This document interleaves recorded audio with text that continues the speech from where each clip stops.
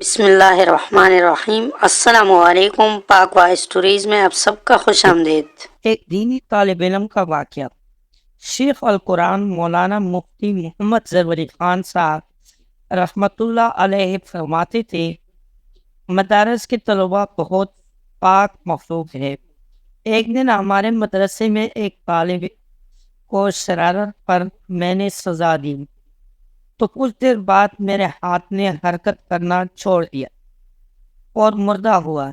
میں نے ڈاکٹر کے پاس جا کر چیک اپ کروایا تو چیک کرنے کے بعد ڈاکٹر نے کہا کہ حضرت کا ہاتھ پہلے کام کرتا تھا، اس کی تو سارا رگیں خشک ہوں، ایسا لگتا ہے کہ اس ہاتھ میں کبھی جان تھی ہی نہیں۔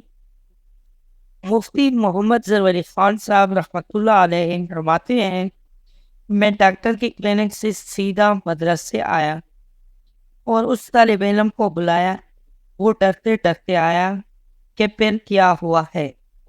جب قریب آیا تو میں نے انہیں سامنے بٹھا کر کہا کہ ہم انسان ہیں، یہ پیمانہ تو اللہ تعالیٰ کو معلوم ہے کہ کس شرارت کی کتنی تک سزا جائز ہے، یہ پیمانہ تو ہمارے پاس نہیں ہے۔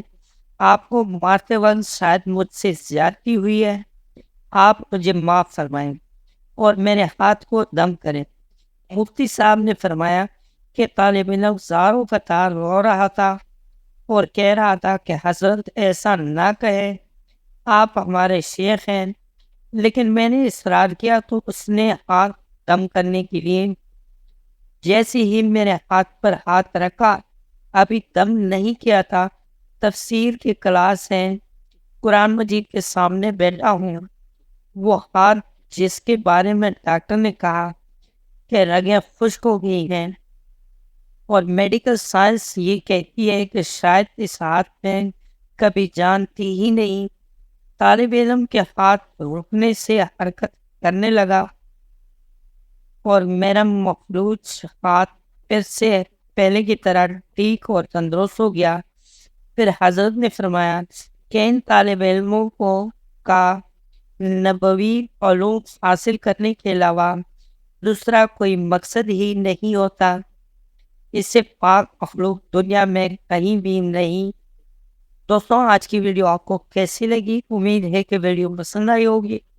اگر ویڈیو پسند آئی ہو تو ویڈیو کو لائک کر لیں، کمنٹ میں اپنے رائے کا اظہار ضرور کرنا، اگر ہو سکے تو شیئر کر لینا اور چینل کو سبسکرائب کرنا مت بھولیں۔ ملتے ہیں اگلی ویڈیو میں، تب تک کے لیے اللہ حافظ۔